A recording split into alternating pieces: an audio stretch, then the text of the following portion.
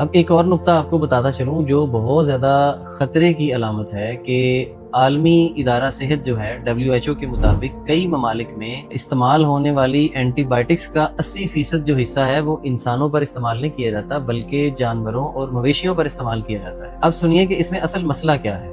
ہر anti biotic کا ایک withdrawal period ہوتا ہے کہ اگر وہ کسی جاندار کو دی گئی ہے، یعنی 1 سے 2 ہفتے کا وہ وقفہ جس میں جو اینٹی بائیوٹک مرغی کو دی گئی ہے وہ اس کے جسم سے خارج ہو جائے، لیکن جلد بازی اور لالچ میں یہ وقفہ کبھی پورا نہیں کیا جاتا، اور اس کا نتیجہ یہ نکلتا ہے کہ مارکیٹ میں بکنے والا یہ گوشت جب آپ گھر لا کر پکاتے ہیں اور کھاتے ہیں تو یہی اینٹی بائیوٹکس کے جو باقیات ہوتے ہیں وہ آپ کے جسم میں بھی داخل ہو جاتے ہیں۔ اور یہ بات تو آپ کے علم میں ہوگی کہ اینٹی بائیوٹک کا اگر کورس مکمل نہ کیا جائے تو بیکٹیریا میں اس کی مزاحمت پیدا ہو جاتی ہے اور اگلی بار وہ دوا آپ کے جسم پر بھی اثر کرنا بند کر دے گی۔ اسے اینٹی بائیوٹک ریزسٹنس بھی کہتے ہیں۔ یعنی ایک دن ایسا بھی آ سکتا ہے کہ ایک معمولی سا انفیکشن آپ کو موت کے گھاٹ اتار سکتا ہے۔ کیونکہ آپ پر کوئی دوا اثر نہیں کرے گی۔ ابھی پچھلے سال ہی تقریباً میرے والد صاحب پروفیسر حکیم محمد ضیاء صاحب نے بھی ایک ویڈیو بنائی تھی جس میں نیوز چینلز پر خبر آئی تھی کہ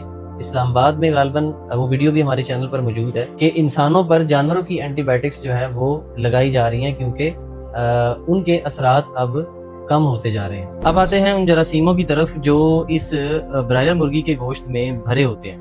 امریکہ کے ادارے CDC کے مطابق ہر سال تقریباً 10 لاکھ افراد آلودہ مرغی کھانے کی وجہ سے بیمار پڑ جاتے ہیں۔ 2017 کی ایک ریسرچ کے مطابق پولٹری کو خوراک سے پھیلنے والی بیماریوں کا سب سے بڑا سبب قرار دیا گیا اور ہسپتال میں داخلے اور اموات کے حوالے سے بھی یہ سر فہرست رہی۔ اب اس میں 2 طرح کے بیکٹیریا پائے جاتے ہیں۔ ان بیکٹیریا کے انفیکشنز میں 9 سے 12% تک کا اضافہ دیکھا گیا۔ سالمونیلا تیز بخار، اسہال اور پیٹ میں مروڑ کا سبب بنتا ہے اور ڈائریا کسی کیفیت پیدا کرتا ہے۔ 2018 کی ایک ریسرچ کے مطابق امریکہ کے محکمہ زراعت نے USDA نے اعتراف کیا کہ چکن تیار کرنے والے 22% ادارے جو ہیں وہ سالمونیلا کے حفاظتی معیار کے اوپر پورا نہیں اترتے۔ دوستو یہ تمام ریسرچز جو میں آپ کو بتا رہا ہوں یہ امریکہ کی ریسرچز ہیں۔ ابھی آپ یہ سوچیں کہ اگر انڈیا پاکستان میں اگر ہم یہ ریسرچز کنڈکٹ کریں گے تو اس کے ریزلٹس کتنے خوفناک اور بھیانک ہوں گے، کیونکہ امریکہ میں نسبتاً ہمارے ممالک کے قانون بہت سخت ہوتے ہیں،